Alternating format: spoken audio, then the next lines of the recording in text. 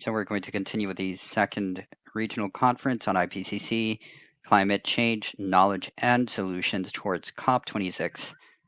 We're going to recall that we're transmitting through corelac.org and that you could leave your questions and comments on the chat from that webpage. And also it's transmitting simultaneous interpretation.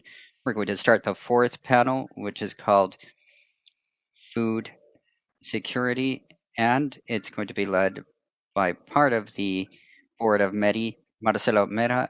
Welcome, Marcelo Mena.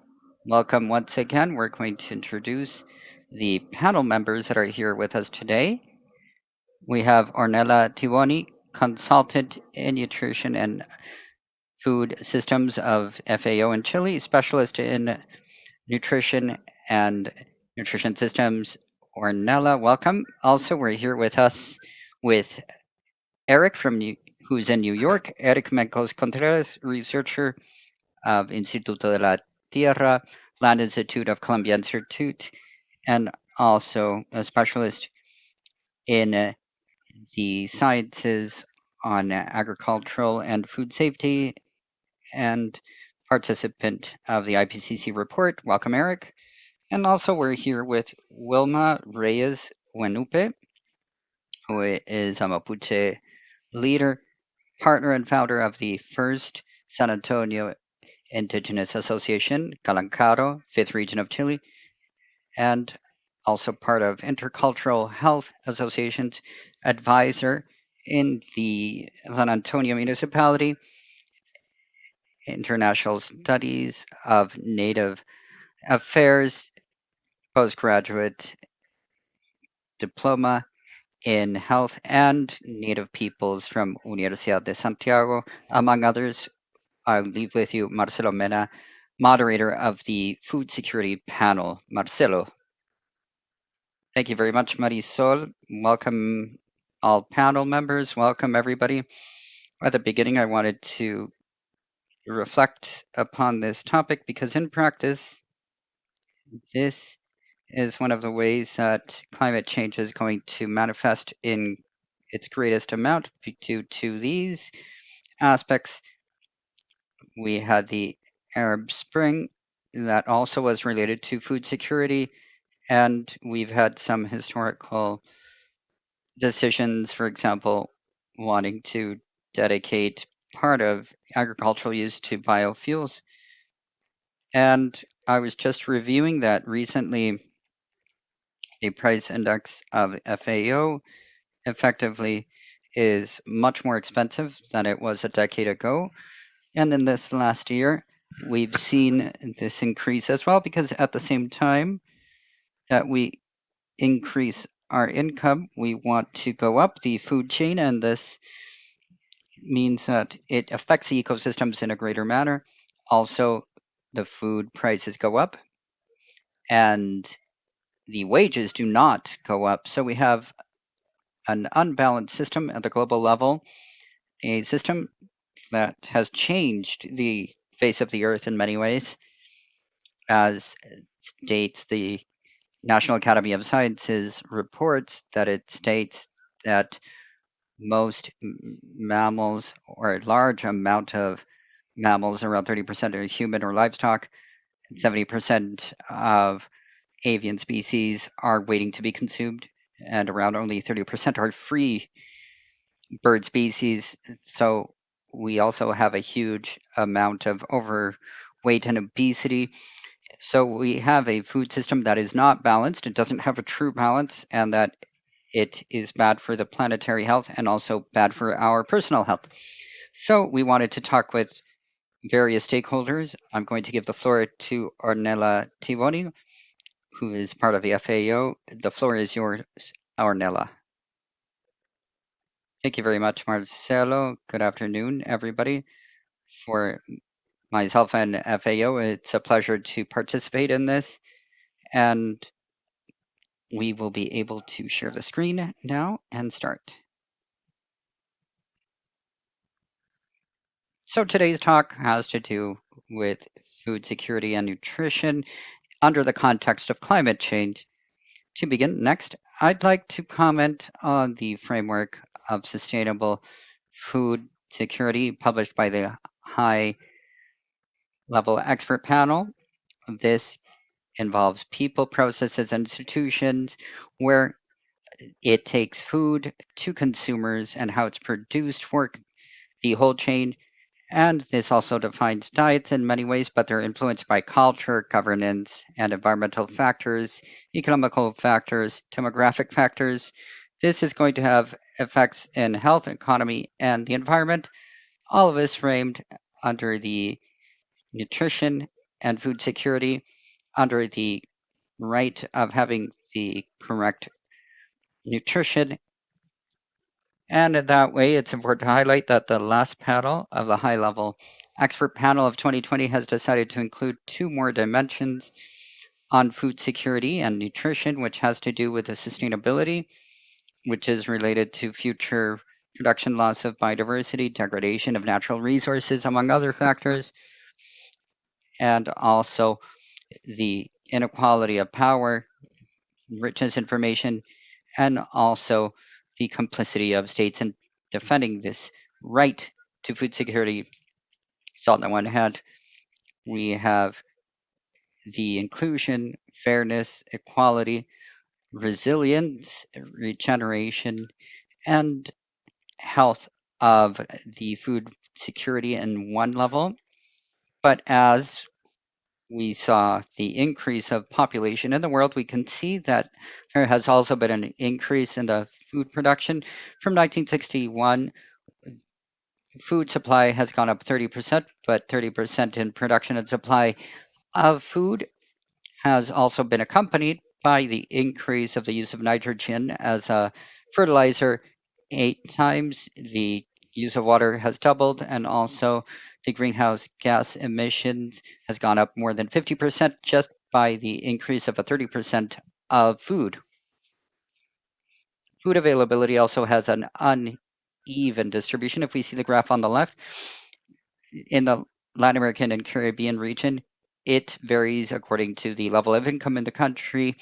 The availability of food, vegetables, meat goes up as the country's income on average goes up, which is different what happens, for example, in legumes, which has a social stigma to periods of economical scarcity. So even though we have this productive growth, we don't have the sufficient agricultural growth to satisfy the population. We could see this on the graph on the right. If everybody here consumed a balanced diet, which would be the ideal case, we would not have the right amount of nuts, seeds, fruits, and vegetables compared to an overproduction of processed foods that are very dense in calories. As you could see in this graph, the amount of vegetables necessary in blue is not enough according to the global availability, which are the orange lines. Just the opposite, the availability of red meats is excessive in relation to what we truly need to consume. Next, please. If we go to the next topic, it's biodiversity. Genetic diversity of habitats, the ecosystems are better and adaptable as climate change advances. As more biodiverse they are, the better they adapt. So agriculture is responsible for the reduction of up to 94% of biodiversity in our ecosystem. The use of plaguicides is one of the main causes in the reduction of insects, which are the main pollinizers in the world. In fact, 75% of the main food harvests depend on animal pollination. For example, in relation to fruits and vegetables, it is expected to be reduced between 23 and 33% due to the loss of pollinizer. In fact, only three of the main productions represent 75% of the main harvests of pollinized by animals in the world. And also, we require further use of vitamins. Some species of fish represent a fourth of the captures of fish from the ocean. So, the reduction of the species of fish also increases vulnerability of the agricultural system and places food and nutritional security at risk. define certain planetary limits for the specific food system to be able to achieve a maximum increment of 1.5 or 2 degrees in temperature. Nevertheless, this isn't going to be achieved under the current scenario that we have in the food systems. The authors of the study projected that the emissions of greenhouse gas effect gases affect the scenario that states even that if fossil fuels stop right now abruptly, the current trends of the agro food system by themselves would prevent the increase that is the objective. So we believe that it's reasonable to focus on the food safety and food security. So here in green, we can see diets that are rich in vegetable origin products, and then we have a 2100 calorie diet. In blue, we see changes in supply. For example, the first bar is a production of harvest of 50% more, reducing to half food losses or producing the same thing we produce now, but with a reduction of 40% of the greenhouse gases. And in gray, the last bar that we see, it has a combination of the previously mentioned factors. The first gray bar, if we at least reduced or achieve 50% of each one of the scenarios, we would be within the 1.5 degrees, but right on the line. So therefore, we can reach the increase of 1.5 degrees if we achieve half of each scenario. But even if we achieve this increase of only 1.5 degrees, security, the risks for health in risks in water supply would also prevent the economical growth, among other factors, even though the increase of carbon dioxide in the atmosphere could increase the productivity of some harvests. This is going to affect the concentrations of supercritical nutrition, for example, 30% in proteins and zinc and iron, which are in great deficit at the global level. On the other hand, non-transmissible diseases such as hypertension, diabetes, cancer are the main causes of mortality in Latin America and the Caribbean. More than 50% of deaths in the region are attributable to these diseases, and they're defined and related to the diets.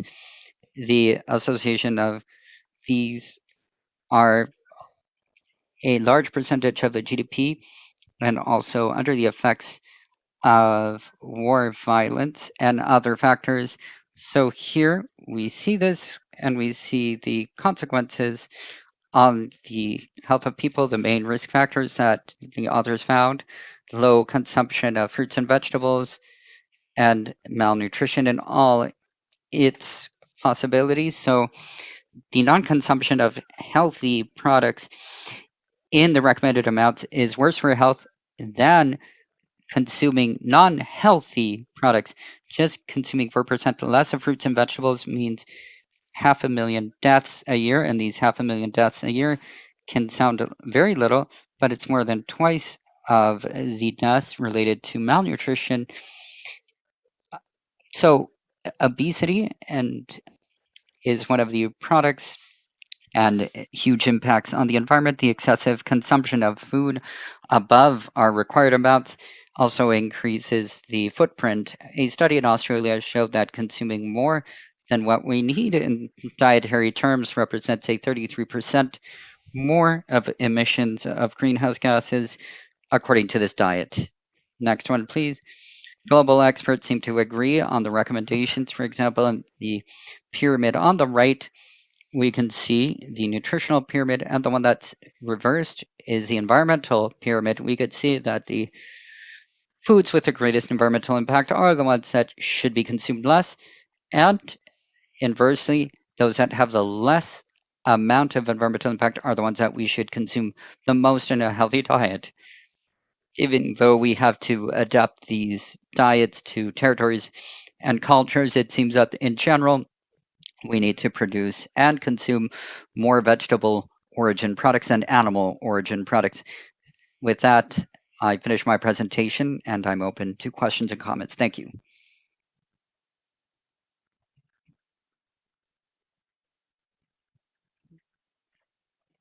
Sorry, I was skipping turning off my microphone. Well, what you just mentioned, Ornella, is very interesting because there's a decoupling in the use of grounds and also the use of fertilizers, pesticides that goes beyond the production itself. In the case of Chile, I remember when the OECD came over and they indicated that there's an increase of at least 50% in the intensity of use of this type of product per unit produced. So it's a cycle that has to do with a loss of fertility of the ground, and also we have limited amounts of land and also an increase in demand. So without a doubt, it's concerning, especially the production of red meats, which consume a high level of water and space, and also emissions. So thank you very much, Carmela, for your comments, something that's very powerful and concerning. So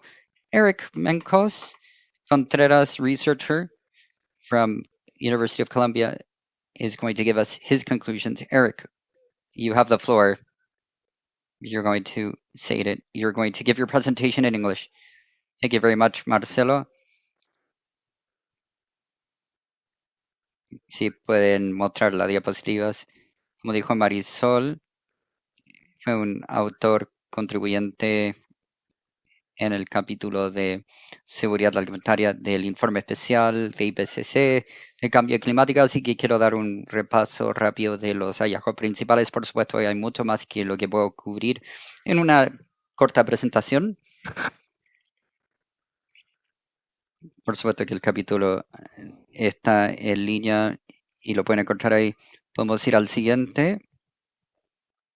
Así que sí, esto muestra uno de los conceptos claves que se destacó en el capítulo, que tiene la idea de ver todo el sistema. Se ve cuando se ve el impacto del cambio climático por mucho tiempo hasta la IPCC y los otros informes. Tiene distintos sectores, tienen transporte, cultura, industria, todo separado. En el sistema alimentario, lo que propusimos aquí es que tenemos que ver todo lo involucrado para traer los alimentos a la gente. Por supuesto que está los alimentos, la cosecha, el ganado, etcétera, pero también está la cadena de suministro, transporte, la venta en el mercado, llegando hasta el consumidor y las opciones dietéticas. Y también está las pérdidas alimentarias, pérdida de alimentos en todo el sistema. Así que hay que crear políticas que realmente van a tener un impacto en reducir el cambio climático. Por eso estamos viendo todo esto de distintos aspectos. Si vamos a la siguiente, una de las razones claves de por qué este sistema alimentario es importante es ver las emisiones. Todos sabemos que las gases de efecto invernadero son causantes del cambio climático y han escuchado muchos informes seguramente que hay 10% de las emisiones son antropogénicas, que por ejemplo vienen de la acuicultura, pero no es un pequeño número, pero nos pareciera tan grande, pero la realidad es que cuando agregan y suman el uso de el cambio de uso de terreno específicamente para alimentos, deforestación, aumento de cosecha, para tener, por ejemplo, ganado, y también agregan cualquier cosa que es pre y producción, por ejemplo, la fabricación de fertilizantes usados en la agricultura hasta el transporte de los alimentos, la energía que utilizamos en el hogar para la cocina y toda la pérdida de alimentos en nuestro sistema, realmente se llega a un número que es más cerca de 21 hasta potencialmente 37% en emisiones. Hay algunos estudios un poco más recientes que están viendo y presentan un número cerca de 33%, cerca de el rango mayor que calculamos para el informe especial. Y podría ser más, ¿no? Realmente no hemos contabilizado esto aún. Es un punto muy importante de por qué tenemos que analizar el sistema alimentario. Y, por supuesto, es bidireccional. Vemos cómo los sistemas crean muchas emisiones que aumentan el cambio climático, pero si vamos a la próxima diapositiva, vemos que también el sistema alimentario es vulnerable ante el cambio climático. And these are just some examples. Of course, there's many more. But so looking at the availability pillar, which refers to the the actual production of the food. So in Southern Europe, these are observed impacts that we've already seen, the decreases in barley yields in Southern Europe.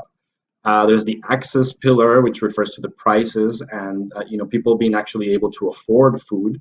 So, for example, there was in 2010, 2011 season, there was a global food price spike that was directly triggered by a heat wave that was experienced in Eastern Europe and Russia that affected the yields there.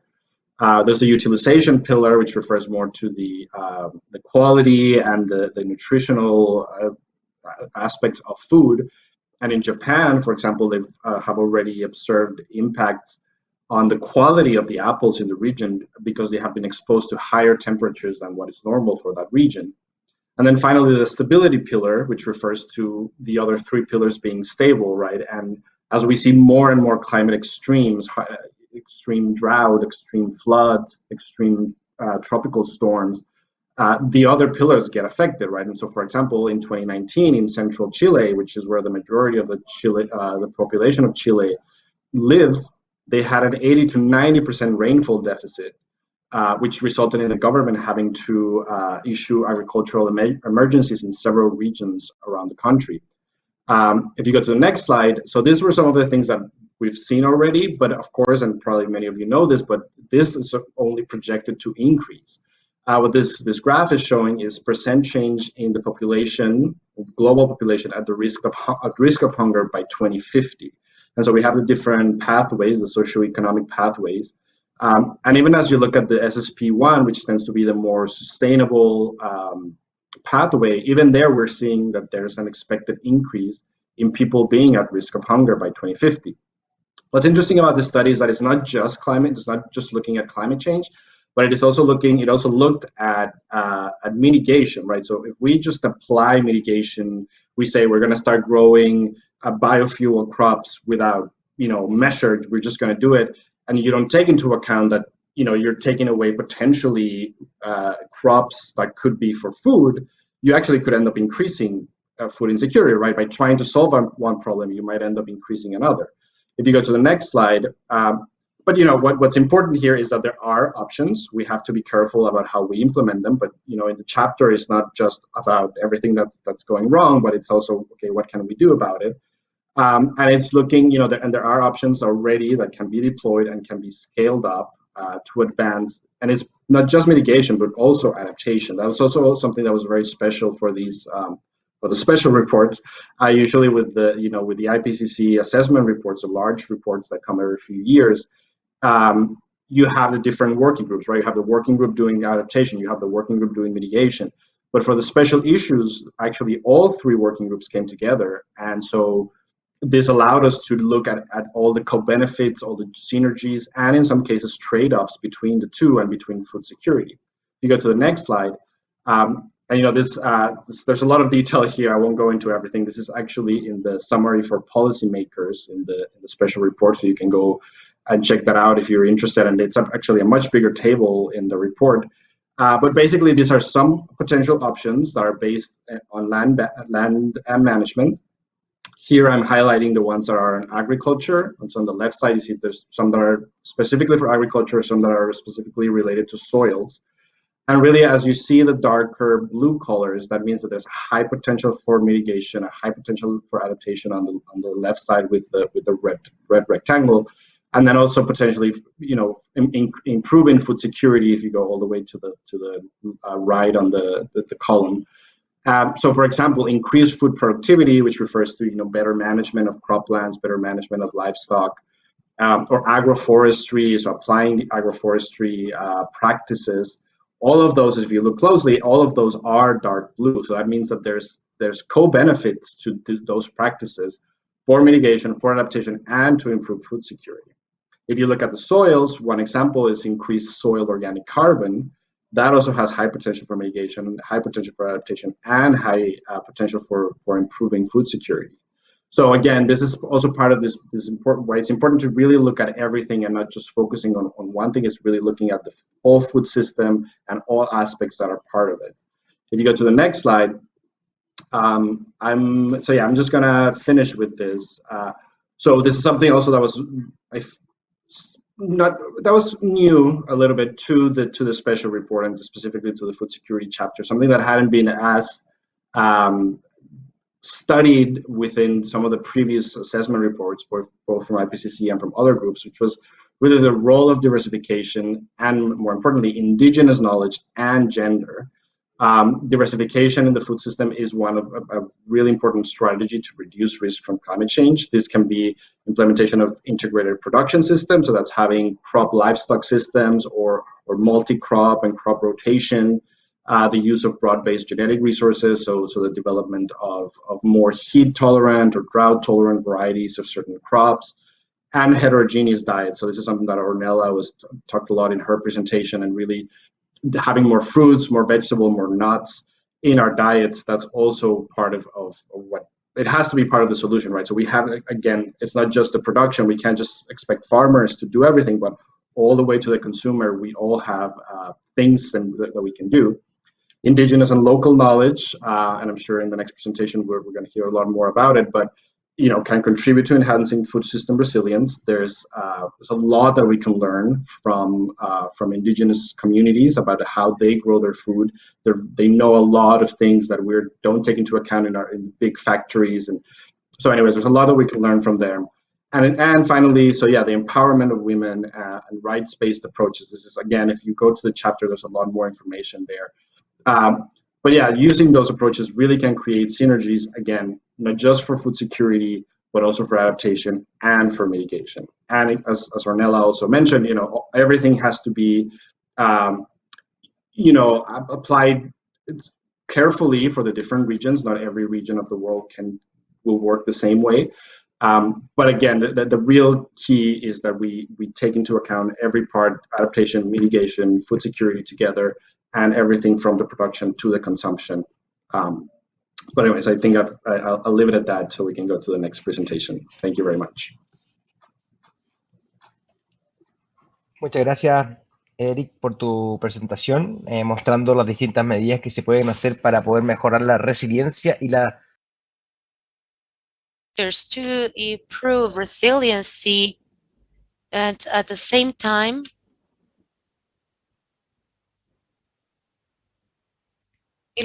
on the options for mitigation, we have seen the better use of water resources and the resilience in agriculture with the major benefits. We saw that in 2019, the Global Commission on Adaptation released a report showing that one of the most important pillars for resilience, global resilience of the food system, is related to improving research in harvest in areas of water shortage, and also refocusing on some subsidies that are sometimes perverse, not allowing for collective benefit, and that's very much in line with what others presented, both Eric's as Ornella.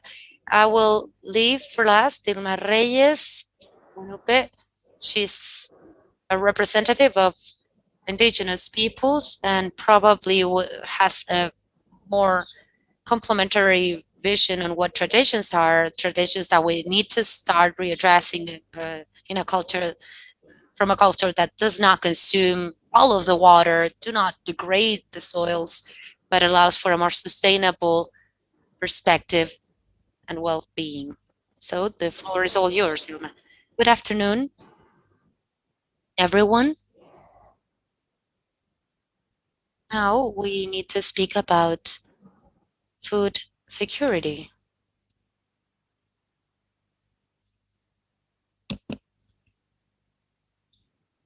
Next one, please. We ask, what is food sovereignty? This concept was born in 1996 in the World Assembly on Food, organized by the FAO. Before it was called food security, but it also addressed the material and economic access to food. It did not approach where or from whom these conditions where this food was produced. It prioritizes small-scale food production and collective values, community participation, and gender equality. So we ask, what is food sovereignty? And according to FAO, it is the right of farmers to produce food. It is the right of consumers to decide what they want to consume, and particularly who produces it.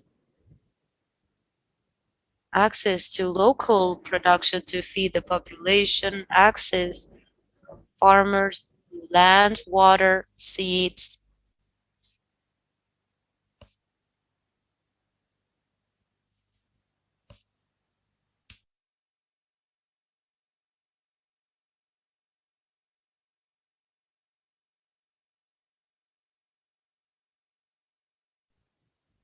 It seems that we've lost your audio. Could you please check if you were muted or not? There it is. The last 30 seconds is what we lost. Okay. We were seeing the concepts of food sovereignty, and one of the main rights of farmers to choose what food they produce, the right of consumers to decide what they want to consume and how and who produces it. Now, moving to the second slide, please. Food sovereignty in originary peoples. Where does this begin? First of all, with the seed. We can see a few images here showing seed with a group of women from indigenous peoples sharing seeds and the ancestral knowledge, which is key for indigenous peoples. The importance of food sovereignty for indigenous peoples.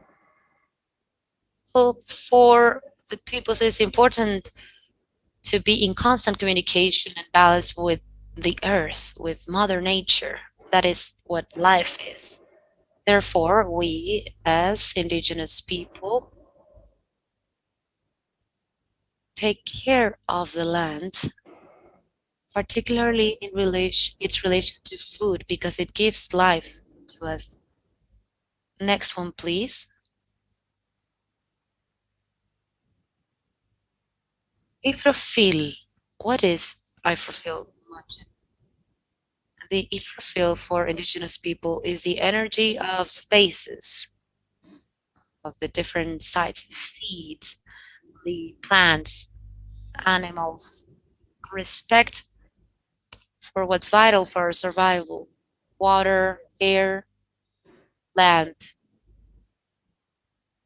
the spirituality, the traditional foods, our sacred medicine. All of this relation to elements is part of our lifestyle, and we call this Ifrafilmongen.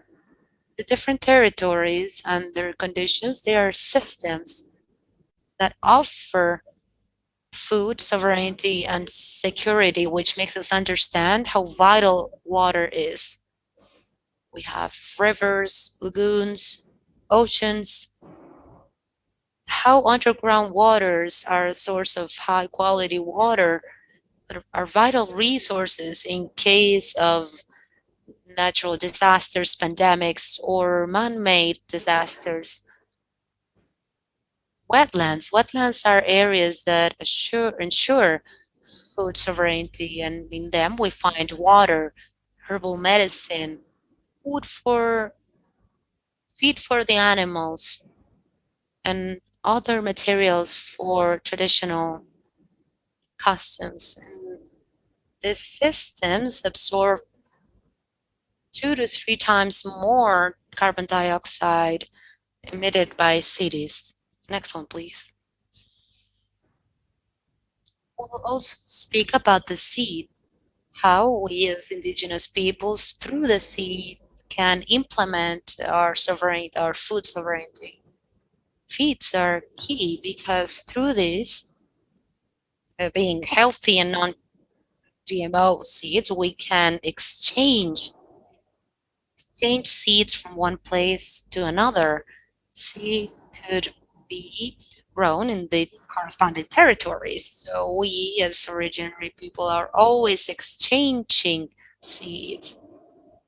But these need to be clean, healthy seeds without chemical products. Therefore, we practice agroecology. And what is this agroecology? Agroecology is the nurturing of the soils. These are nurtured with organic waste. We use mashup of onions and other food to nurture the soil. We have orchards, we have different greenhouses and growing spaces that allow us to relate directly with our food sovereignty and with our role in this balance. The diet of originary peoples are key too. Some have the different hunting and collection practices. The southernmost peoples practice hunting and collecting seeds, who live in the mountains gather the seeds from Pehuen. The peoples near the coast live from fishing, collecting seafood and seeds, collecting for difficult times. Fish and horticulture in Rapa Nui, for example. Peoples in macro areas such as Mapuche people practice horticulture and pasturing, where they grow their own animals for consumption. They breed their own animals for consumption. And in other areas, they combine agriculture and pasturing. There's the exchange also of food and seeds and the exchange of different products. So sovereignty is the cycle. And if we look at the symbols in Kultrun from originary or indigenous peoples, we realize that life is represented as that circle. We are in a cycle of movement. So what are the threats for food sovereignty? We speak first about climate crisis. We don't speak about climate change. We speak of a crisis. We are going through a climate crisis, and the growth of single crops where they dry up the land, and sometimes the water tables don't have enough water. So you cannot have an ecologic cycle.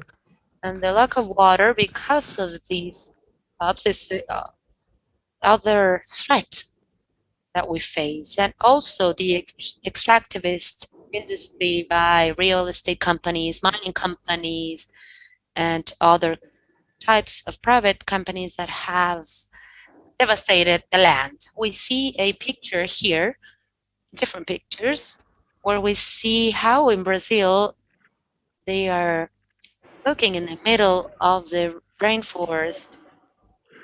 Then we see a mother with a child. We need to teach our children since they're very little to take care of the environment and nature, the one that feeds us, the one that gives us life. We have there a child irrigating the soil, and then we have two tomatoes of an organic arm. We need to go back to our roots and grow our own food.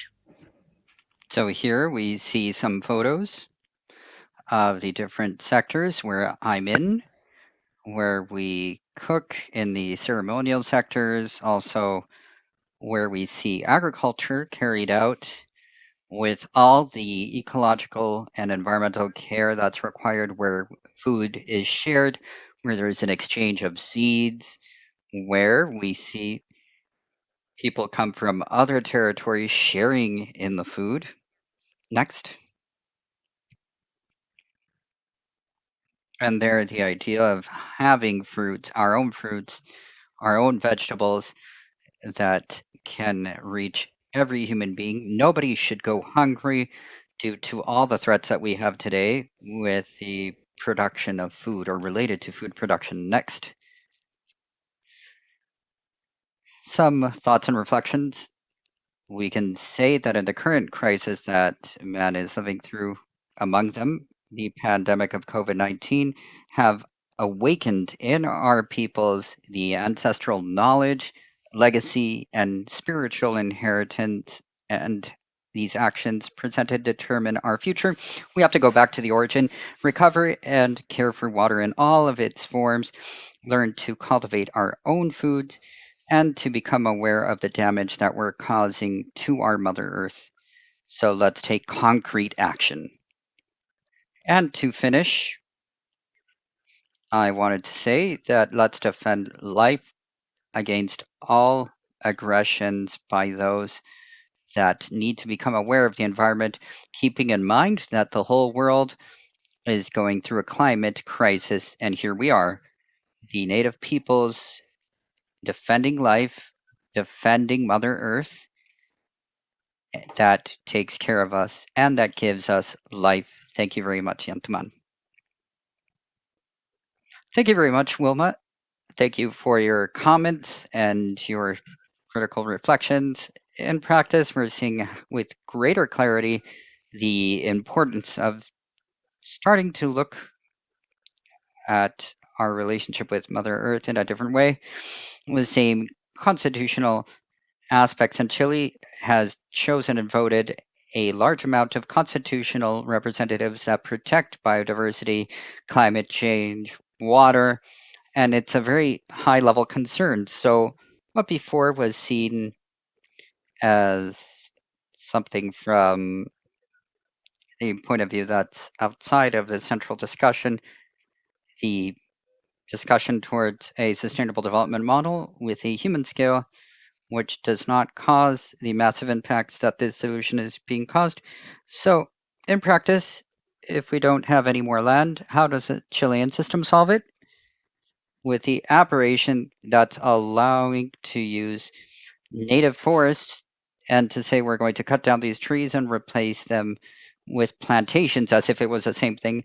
And those of us that work in those areas, we know it's not the same. Those ecosystems sustained agriculture for many years. So there's many questions. One, I'll have to start with Wilma, and then one for Nella, and then for Eric. But starting for Wilma, what actions can be taken to promote food sovereignty from food education as a public policy? Well, us as a Native people are already taking action. We're already carrying out workshops and teaching people to have their own harvests and their own plantations and gardens at home. So this pandemic has left us, most of us, at home, locked up in lockdown, sometimes without knowing where to go get food and buy food. I believe that the native peoples and non-native peoples want to go back to their origin. They want to go back to have their own food and have their own care for food. So we, at least in the fifth region where we live, we're carrying out gardening workshops. We see people come over when we're in phase 2, phase 3 of the COVID lockdown because there's a need to have food and for knowledge, for ancestral knowledge. Today, people notice that the native peoples have always lived together with nature, and that is something that has helped our people stay alive until today. Thank you very much, Wilma. So that's a more human scale development, and also taking advantage of the local arenas that we have to generate some agriculture and also generating ecosystems, because with these small details that we could have within houses, for example, we could have spaces to attract pollinizers so that we don't see effects that expose to high levels of contamination, pesticides. Wilma, Ornella, I wanted to ask you the same thing. What actions can we take to promote food sovereignty as a public policy? Thank you very much. It's an excellent question. I am a true believer that public policies have to have the citizen opinions and input. So I believe that the process for dialogue for the summit on food systems that is going to take place in September is an excellent opportunity. In that sense, we can create public policies from the same perception that citizens have, civil organizations, the private sector, academia, and public entities. To that end, in the world, we're carrying out a series of processes for dialogue to, as you just said at the beginning, see what the trade-offs are. And it seems that, okay, the solution is going in that direction. So it's going to have some collateral effect, which can be undesired. So with those collateral effects, we're not going to be able to understand them if it's always the same people thinking the same thing at the same table. So that's why we need to bring in different stakeholders, have an open mind, and have all the context and experiences of how I, as a farmer, I, as a consumer, I, as a rural person, or wherever I am in a desert or on an island, how I'm affected by policies. And that's why we need to dialogue and talk at a table. I believe that the dialogue and the summit on food systems that's going to take place in September is a great opportunity to achieve this level of advancement in a more sustainable system that includes food sovereignty that is very similar to what I just commented on the agency, which is one of these two new dimensions that's included by the expert panel in their latest report. So food safety doesn't just have these four dimensions, rather it's considering the agency as how the native peoples consider what's produced, where it's produced, what places will be promoted, and it gives a voice to those types of experiences and ideas that are invaluable. And as has been shown in the case of Chile and the country in general, these public policies that are vertical, unidirectional, are being left a little bit behind, and it would be great to tackle that in the same territory and have transformations that will allow for a much greater support towards certain policies and how they're implemented. So, Eric, I wanted to state a question from the audience. The paradigm from does it change the paradigm from public safety to public security, or in that sense? I believe so. Many of the things that we've done before clearly are not working, as has been mentioned. For example, the food system that we have now, there's many people that are left with a low level of nutrition, and then there's many people that are obese and that have diseases and conditions related to what we eat. So clearly, we need a change, a transformation, a way in which we're dealing with the food system, and not just the food system, but the panoptic in climate change. So I believe that the three presentations have tackled sovereignty, the importance of communities, and, well, everything has to be with a focus of each region. We can't just say that there's one size fits all solution for every region. Each country, each community, each region has their solution. So we have to see everything. It has to be an all. There's not going to be just one solution that will solve everything. And yes, sovereignty is indispensable. And yes, I believe that through the cooperation at the international level, really, there's countries that have had better opportunities and the transfer of technologies, knowledge. It goes both ways. Sometimes we think of, okay, developed countries can send the super technology, for example, the carbon capture technology, and that developing countries probably don't have these capacities. So, right from that side as well, but the other side as well, the developed countries already have their systems, and that have been the main causes of the problems we're seeing. They should also learn from the native peoples of the regions that in general are found many times in the countries that are in development. So, as we mentioned in the presentation, it's something that co-benefits everybody.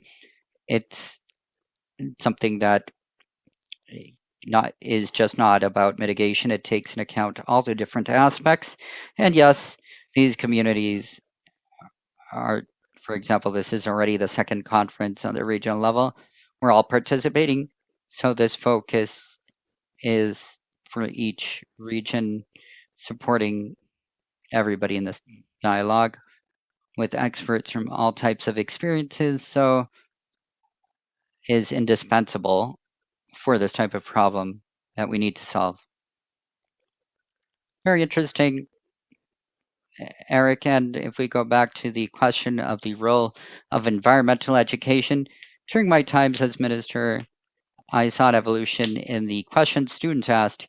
They started to ask a lot now about the relationship of the food systems and emissions.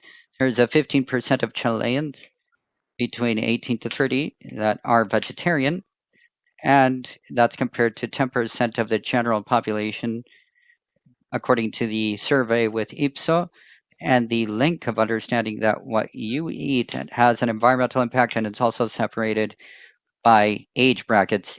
Youth are much more aware of environmental impacts of a diet that has a high consumption of water and emissions. This compared to, just to defend people over 60 that are much more willing to pay for greater climate action. So there's a separation, there's a conversation, a dialogue that can take place between generations and the climates that we've seen in the last few decades. That being said, I'd like to thank everybody for their time for this rich discussion and such a fundamental topic for the future of the planet and the well-being of everybody, such as the topic of food security. I'll leave you with Marisol, who's going to continue with the next panels that are natural disasters and risk mitigation. Thank you very much. Thank you, Marcela Mena.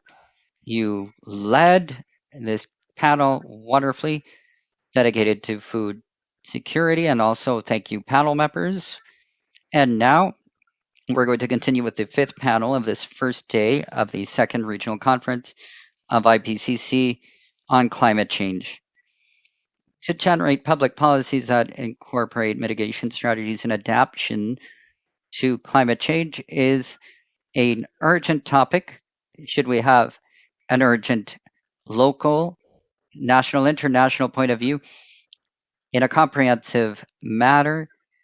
So this following panel, called Risk Management and Decision Making, is going to be moderated once again by Maria Jose Martinez, Doctor in Science for the Conservation of Biodiversity from Queensland, Australia, adjunct researcher of Pontificia Universidad Católica Millennial Institute and Institute of Ecology, Biodiversity, and Center of Applied Ecology and Sustainability.